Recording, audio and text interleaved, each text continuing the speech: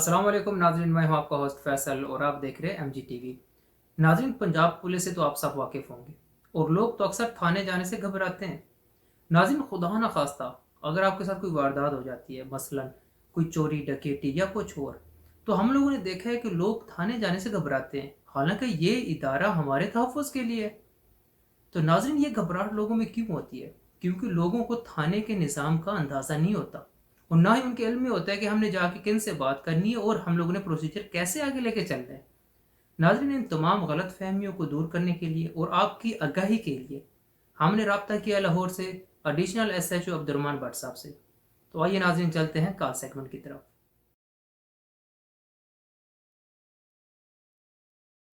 अस्सलाम वालेकुम SHO साहब। जी, वालेकुम सलाम। फैसल साहब, क्या हाल है आपके? कैसी तबीयत है आपकी? अल्हम्दुलिल्लाह, अल्लाह का शुक्र। अब्दुर्रहमान साहब, हमें पहले ये बताएं कि पाकिस्तान में कोरोना से लड़ने में पुलिस का क्या किरदार है? अच्छा जी, फैसल साहब, ये जहाँ तक आपका सवाल है कि पुलिस की क्या खिदमत हैं कोरोना के हवाले से लड़ने की, तो ये मैं क्लियर करता चलूँ। हम लोग फर्स्ट लाइनर के तौर पे इस टाइम अपनी ड्यूटी सर अंजाम दे रहे हैं। आप किधर भी विजिट कर लें, पूरे पाकिस्तान में किसी भी शहर में, किसी भी कस्बे में, देहात में, आपको पुलिस वहाँ पे नाकों पे खड़ी वहाँ को गाइड करती नजर आएगी। इसके अलावा जब कोई पेशेंट रेस्क्यू करना होता है तो 1112 के साथ पुलिस ही जाती है हॉस्पिटल तक सही। उसकी रेस्क्यू करने में। उसके अलावा अगर कोई अल्लाह ना करे डेथ हो जाती है कोरोना की वजह से और उसकी फिर जब तदफीन वगैरह करने का मरला आता है तो उसमें भी पुलिस ही है जो इस टाइम सारा अपनी जिम्मेदारियां सारी अंजाम दे रही है, साथ सिक्योरिटी की, दफनाने की। और आप कह सकते हैं कि जी हर चीज़ में हमारा एक कलीदी किरदार है फ्रंट लाइन के तौर पे। तभी आप इसके आपको थोड़े फैक्ट एंड फिगर अगर आप देखें तो तकरीबन पूरे पाकिस्तान में इस टाइम कोई 500 से अबव पुलिस अफसरान व एहलकार हैं जिनका कोरोना टेस्ट सिस्टम पॉजिटिव आ चुका है और उनको क्वारंटाइन किया गया है। उसकी वजह यह है कि पेशेंट्स के साथ इंटरेक्शन पुलिस का बहुत ज़्यादा है, फिर पब्लिक को रोकना, फिर इसके अलावा गवर्नमेंट की तरफ से जो SOPs हैं जो नाफिज अमल की गई हैं कि जी आपने ये करना, उसको पाबंदी करवाना, वो भी हमारी ही प्राइज में शामिल है। लाइक मॉल्स बंद करवाने हैं, पब्लिक ट्रांसपोर्ट पे नजर रखनी है, वैसे लोग घर से बाहर न सॉरी घर से बाहर ना निकले। इन सारी चीजों के अंदर पुलिस का ही किरदार है। इसकी इम्प्लीमेंटेशन उस जो नोटिफिकेशन है, जो SOPs है गवर्नमेंट की तरफ से, वो हमने ही इम्प्लीमेंट करवानी है। अच्छा SHO साहब, एक आम सा सवाल है कि पाकिस्तान की आवाम में पुलिस के खिलाफ या थाने स्ट्रक्चर के खिलाफ एक डर पाया जाता है। मतलब अवाम तो थाने जाने से ही घबराती है। तो हालांकि ये डिपार्टमेंट अवाम के तहफ़्फ़ुज़ और हिफाजत के लिए है, तो इसके पीछे क्या राज है और हमें ये भी बताइए कि थाने का स्ट्रक्चर क्या है? फैसल, ये जो अगर आप कहते हैं कि जी आवाम पुलिस से डरती है, इस चीज को ही चेंज करने के लिए प्रीवियस गवर्नमेंट ने और इस गवर्नमेंट ने एक इनिशिएटिव लिया था कि हमारे एक कल्चर को चेंज करने के लिए हमें फैसिलिटेट किया। और इसमें इसमें सबसे बड़ा एक मसला ये है कि ये कल्चर जो डेवलप हुआ हुआ है, ये आप ये नहीं कह सकते कि 15 साल है, 20 साल, 25-30 साल पहले का। इट्स ऑल अबाउट कि इंडो पाक में एक पुलिस सिस्टम जो स्टार्ट से चल रहा था, हमारा अभी तक उस सिस्टम को के अंदर ही नहीं चेंज लाया गया। उस सिस्टम को चेंज किया जाना जरूरी है। नंबर दो, कुछ लोग हम खास सुनी सुनाई बातों पे, मैं ये बात भी जरूर हाईलाइट करूंगा, सुनी सुनाई बातों के ऊपर यकीन करते हैं कि लाइक अगर कोई क्रिमिनल के साथ अपना एटीट्यूड है पुलिस का, या उस तरह उसको अपने पे इम्प्लीमेंट करना। या दूसरी बात, तीसरा पॉइंट मेन मैं इसमें ये भी ऐड करूंगा, यहाँ चूंकि एप्लीकेशन आती है, एक कंप्लेनेंट पार्टी होती है जिसको मुद्दई कहते हैं, एक होता है जिसके ऊपर इल्जाम लगता है, एक्यूज है। अब पुलिस का काम है सिर्फ मेरिट करना। हम जब मेरिट करते हैं ना, लाइक जो भी मेरिट बन रहा हो कि वो एप्लीकेशन सही थी, FIR दी, नहीं है उसको रिजेक्ट किया, तो एक पार्टी जो हमेशा अगेंस्ट चलेगी पुलिस के, और वो उसको इस तरह की बातें जरूर फैलाएगी जो लो जी मुझे तो इंसाफ ही नहीं मिला, मेरे साथ ज्यादती हुई है, मेरे साथ ऐसा हुआ है। ये चीजें बेसिक चीजें हैं, ये अवाम में इसका भी शौर आना चाहिए। ठीक है। और मेरा नहीं ख्याल कि मैं इस पे ये कहूँ कि हम लोग के 110% हम भी ठीक है। मज़ीद चेंजेस की ज़रूरत है हमें भी, हमें फैसिलिटेट किया जाए, रिसोर्सेज प्रॉपर मिले, हम्म। तो हम इससे बेटर सर्व करेंगे। और जहाँ तक स्ट्रक्चर है थाने का, तो मैं वहाँ को नाज को बताता चलूँ, SHO the station house officer, वो कमांडिंग है जी, जो कमांड कर रहा होगा इस थाने को। उसके बाद उसके अंडर उसके 2 से 3 एडिशनल एसएचओज, जो आप सब इंस्पेक्टर रैंक के अफसर होते हैं। उसके बाद एएसआई हजरात होते हैं, वो बीट वाइज हैं।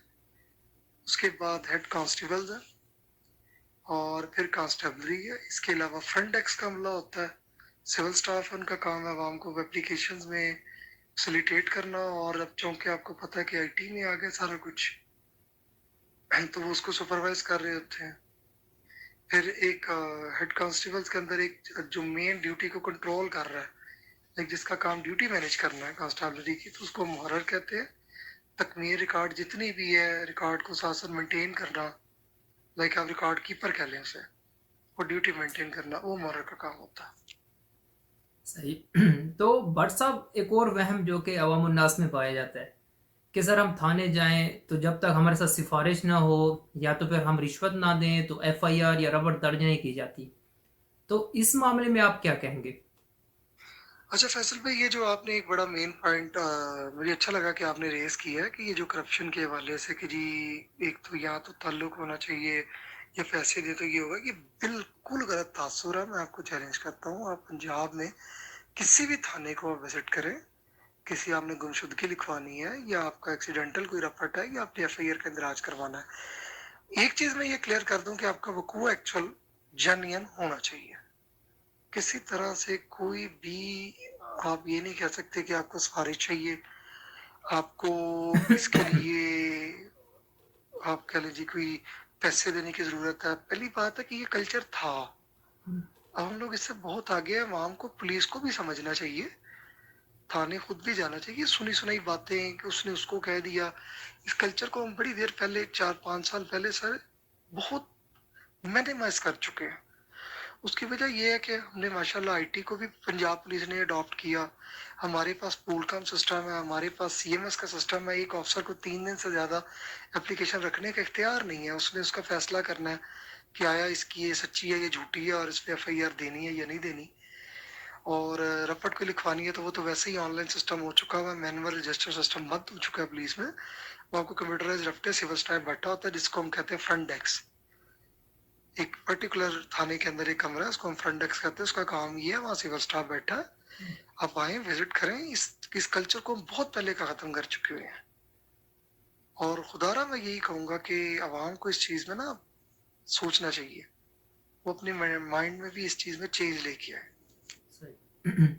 तो ऐसा जो साहब, अगर खुदा ना खास्ता जैसे आपने बताया कि फ्रंट डेस्क का अमला बैठा होता है हमारी शिकायत सुनने के लिए या हमारी रपट दर्ज करने के लिए, और खुदा ना खास्ता वो हमारे साथ ताउन नहीं करता तो हम लोग एसएचओ साहब से बात करते हैं। अगर एसएचओ साहब भी हमारे साथ ताउन नहीं करता, मतलब एसएचओ साहब ही तो हैं जो हेड हैं थाने की, अगर वो भी ताउन नहीं कर रहे तो फिर हम किससे शिकायत करें कि थाने में हमारी बात नहीं सुनी जा रही? तो मतलब इंसाफ लेने के लिए हम किससे रब्ता करें आवाम? और इसी कॉन्टेक्स्ट में मैं ये भी कहना चाहूंगा कि अगर कोई ऑफिसर आपकी एप्लीकेशन पे काम नहीं कर रहा, तो आप पहले, सबसे पहले बेसिक एसएचओ साहब, डेली आप थाने जाए तो वहाँ बैनर्स भी लगे होते हैं और उस एसओपी पे बड़ा क्लियर अमल हो रहा है, उसकी इवन सुपरविजन होती है। डीआईजी ऑफिस है, कैमरे लगे होते हैं। कि 3 से 5 एसएचओ साहब जो है वो आवाम की रहनुमाई के लिए और उनके मसाइल सुनने के लिए बैठते हैं, तो आप वहाँ शिकायत कर सकते हैं। वो फ्रंट डेस्क पे अगर आपकी कोई रिपोर्ट नहीं दर्ज कर रहा, आप वहाँ बता सकते हैं। उसके अलावा अगर आप सीनियर हाई कमांड में जाना चाहते हैं तो 8787 का मैसेज कर सकते हैं, और डायरेक्ट आईजी ऑफिस में रिसीव होता है। और उसकी फिर सुपरविजन एसपी साहब खुद या डीएसपी साहब सर्कल खुद करते हैं। ये बड़ा शफाफ सिस्टम है जिसको फॉलो भी किया जाता है। सही। तो एसएचओ साहब, अब हमारी रपट या एफआईआर दर्ज कर ली जाती है मिसाल के तौर पे, तो उसके बाद आवाम को या जो भी कंप्लेंटेंट है उसको कैसे पता चलेगा कि हमारी एफआईआर या रपट का क्या स्टेटस है, मतलब किस स्टेज पे पहुंच चुकी है? अच्छा फैसल भाई, ये जो आपने अभी एक सवाल ये किया कि अवाम, आप, बड़ा प्यारा सवाल था कि जी आवाम को कैसे पता चलेगा, तो मैं आपको बता दूं कि हमने जो सॉफ्टवेयर अडॉप्ट किया वो उस सेकंड हैंडेड नहीं नहीं सॉरी, टू हैंडेड है। एक तरफ आप कह लें कि वो जिस तरह एक एप्लीकेशन ये आपने सबमिट करवाई है थाने में, तो उस पे ई टैग लगेगा। सही। जैसे उस पे ई टैग लगेगा और उस पे ऑफिसर मार्क होगा, उसको ऑफिसर का नाम और रैंक लिखा जाएगा और नंबर लिखा जाएगा साथ जैसे, और वो एक कॉपी जो है वो कंप्लेनेंट को मिल जाएगी। उस ई टैग की एक कॉपी मिलेगी। उसके अलावा उसके नंबर पर फौरन एक एसएमएस आ जाएगा पंजाब पुलिस की तरफ से कि आपने कंप्लेन लॉन्च की है, उसका ये नंबर है और इस ऑफिसर के पास है। सेम वही मैसेज उस ऑफिसर के पास जाएगा कि आपको फला कंप्लेन नंबर XYZ जो है वो मार्क हुई है। जी। ये सिस्टम जो है मैंने आपको पहले भी ये क्लियर किया है कि ये 3 दिन के अंदर अंदर हमने इसका आंसर जवाब जमा करवाना होता है। हाँ, कुछ ऐसे मुकदमात फ्रॉड वगैरह के कि उसको हमने सीनियर कमांड के हुक्म के बाद FIR देनी होती है, उस पर रिपोर्ट मुरतब की जाती है। और देखिए अगर वकूआ झूठा है तो प्री इन्वेस्टिगेशन में हमें अगर प्रूफ हो जाए कि ये फेक एलिगेशन लगाए गए हैं कि इसकी ये चीज नहीं चोरी हुई, हम्म। तो हम उसको प्रॉपर चैनल से उसको फाइल करते हैं। ये नहीं कि हम उसके ऊपर एकदम कार्रवाई रोक देते हैं। उस पर एक डिटेल रिपोर्ट लिखी जाती है इन्वेस्टिगेशन अफसर की तरफ से, जिसको मार्क हुई होती है कि जी ये वकूआ झूठा है और इसकी बाबत कोई FIR दर्ज नहीं होगी। जिसकी अगर आप चाहें तो जवाब तलबी भी आप किसी सीनियर अफसर के पेश होकर करवा सकते हैं कि जी मेरा वकूआ सच्चा था। ये प्रोसेस मौजूद है। और अगर उसी FIR पे जैसे ही FIR दर्ज होती है उस दरखास्त के ऊपर, तो आप वही मैसेज उसी तरह सिस्टम से एक मैसेज कंप्लेनेंट को डिलीवर हो जाता है कि आपकी ये एप्लीकेशन नंबर था, उसके ऊपर FIR नंबर ये आपको दर्ज हो चुकी है। उसके बाद उस पे अगेन जब इन्वेस्टिगेशन विंग की तरफ से तफ्तीशी विंग की जो है हमारी, उन पे IO मार्क होता है, इन्वेस्टिगेशन ऑफिसर मार्क होता है, तो उसका भी मैसेज आ जाता है। सही। तो भट्ट साहब हमें ये भी बताइएगा, जैसे आपने बताया कि आप पुलिस में एक स्पेसिफिक सॉफ्टवेयर यूज़ कर रहे हैं एफआईआर और रपट वगैरह के लिए, तो ये सॉफ्टवेयर कब से इस्तेमाल किया जा रहा है और टेक्नोलॉजी से मज़ीद क्या फ़वाद लिए जा सकते हैं? ये सिस्टम 2014 में ही इनिशिएटिव लिया गया था साहब गवर्नमेंट की तरफ से। ये सिस्टम बिल्कुल ऑनलाइन हो चुका हुआ है। रजिस्टर्ड सिस्टम पुलिस में 2 साल पहले का बिल्कुल ख़त्म कर दिया गया है।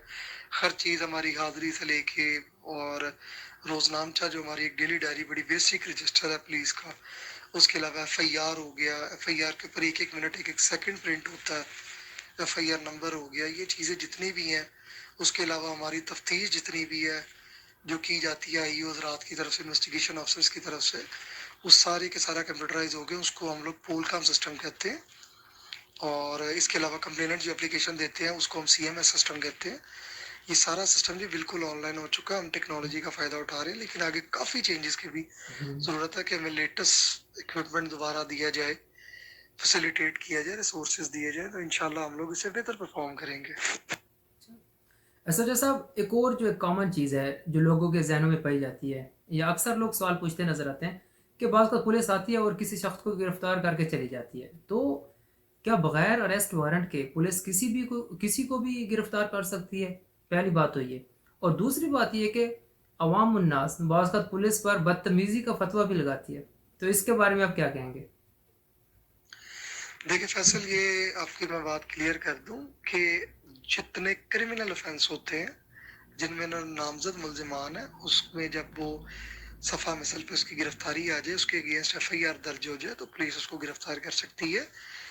और उसके लिए वारंट का होना ज़रूरी नहीं है। दूसरा ये है कि बदतमीज़ी किसी तरह से भी सीनियर कमांड की तरफ से भी, और आप कह लें कि कोई भी इस तरह की इंस्ट्रक्शन नहीं है कि आप बदतमीज़ी करें, या अगर रिटेलिएशन भी होती है पुलिस में, आवाम को भी इस चीज़ में एजुकेट करने की ज़रूरत है कि हमारे साथ कॉपरेट किया करें। रिटेलिएशन बहुत ज़्यादा भी होती है, लेकिन उसमें मेरे ख्याल से एक पुलिस ऑफिसर जो है उसकी बेसिक उसकी ट्रेनिंग ये की जाती है कि उसने इन सारी चीज़ों को बर्दाश्त करना है, कंट्रोल करना है, और उसने तहम्मुल का मुजाहरा करते हुए अपनी जो उसकी ड्यूटी है उसने वो परफॉर्म करनी है।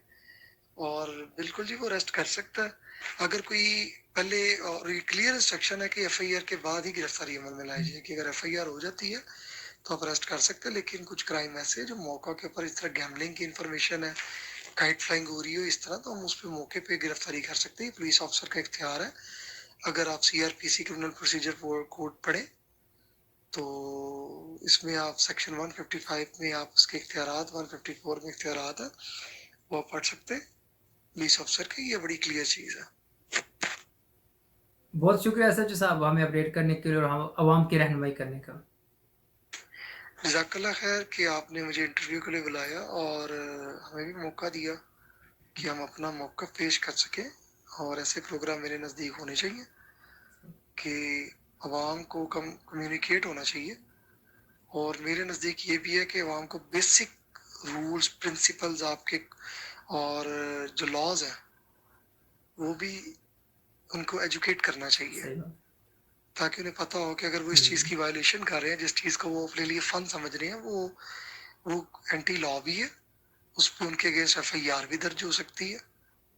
लाइक कार ड्रिफ्टिंग या लाउड म्यूजिक सुनना या किसी को तंग करना या किसी को थ्रेटनिंग मैसेज भेजना, ये चीज़ें ये एंटी लॉ भी है, इस पे एफआईआर दर्ज होती है। ये बेसिक एजुकेशन आवाम को ये देनी चाहिए।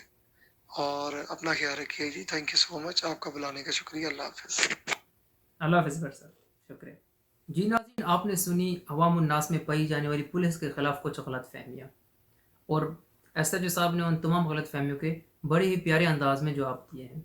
अगर खुदा न खास्ता अगर आपके साथ कोई वारदात हो जाती है तो आपने घबराना नहीं है, आपने थाने जाना है। और जैसे एसएचओ साहब ने प्रोसीजर्स बताए हैं तो वैसे आपने फॉलो करने हैं। अगर खुदा न खास्ता, क्योंकि ये इदारा हमारे तहफ़्फ़ुज़ के लिए है, अगर हम लोग के साथ कोई वारदात हो जाती है या कोई ज़्यादती हो जाती है तो हम लोग पुलिस के पास नहीं जाएंगे तो कहाँ जाएंगे। अगर खुदा न खास्ता थाना भी आपकी आवाज़ नहीं सुनता तो जैसे एसएचओ साहब ने हमें गाइड किया है तो आप आईजी ऑफिस में अपनी कंप्लेन दर्ज कराएं। और उसका सिंपल सा तरीकाकार है, 8787 पर आप मैसेज भेजें और आईजी ऑफिस में आपकी कंप्लेन रजिस्टर हो जाएगी। तो नाजरीन, अपने उस फैसल को इजाज़त दें। मिलते हैं अगले प्रोग्राम में मज़ीद ताज़ा तरीन अपडेट्स के साथ। तब तक के लिए अल्लाह हाफिज़।